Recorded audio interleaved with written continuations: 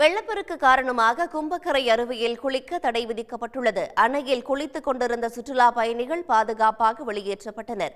கூடுதல் தகவல்களுடன் இணைகிறார் செய்தியாளர் சதீஷ். சதீஷ், தற்போது அணைக்கான நீர்வரத்து எந்த அளவுக்கு இருக்கு? மாவட்ட நிர்வாகம் சார்பில் என்னென்ன எச்சரிக்கை விடுக்கப்பட்டிருக்கு?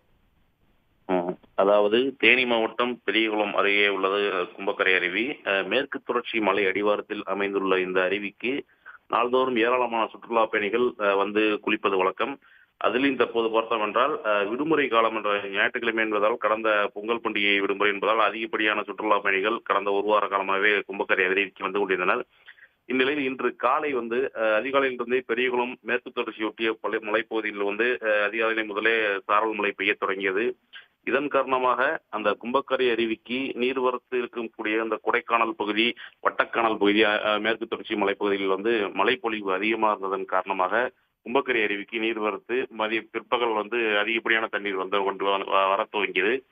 சுற்றுலா பயணிகள் குளித்துக் கொண்டிருக்கும் போதே அந்த தண்ணீர் அதிகப்படியான தண்ணீர் வருவதை வனத்துறையினர் முன்கூட்டியே கணித்து குளித்துக் கொண்டு வந்துள்ள அனைவரையுமே அப்புறப்படுத்தினர். இதை சரியான நேரத்தில் வந்து சுற்றுலா பயணிகள் வந்து வெள்ளப்பெருக்கு ஏற்படக்கூடிய சிறு நேரத்தில் வந்து சுற்றுலா பயணிகள் அனைவரையும் அப்புறப்படுத்தி அருவியில் யாரும் இல்லாதவாறு பார்த்துக் கொண்டனர். மேலும் தண்ணீர் அதிகப்படியாக வந்து கொண்டிருப்பதால் கும்பக்கரை அருவிக்கு குளிக்கிறதுக்கு தற்போது பிற்பகல் இருந்து தடை விதிக்கப்பட்டுள்ளது. மேலும் தண்ணீர் நீர்வரத்து சீரான பிறகுதான் அருவியில் குளிப்பதற்கு அனுமதிக்கப்படுவார் என்று வனத்துறையினர் தெரிவித்துள்ளனர். சதீஷ், மேலதிக விவரங்களை வழங்கியமைக்கு நன்றி.